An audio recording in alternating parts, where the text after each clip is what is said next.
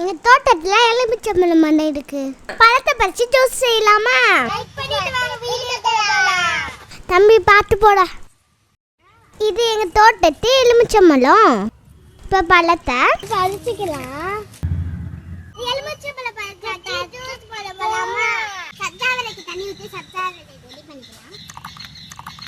நல்லா செஞ்சலாம். எலுமிச்சம்பழத்தை பறிச்சுட்டு வந்து கட் பண்ணியாச்சு.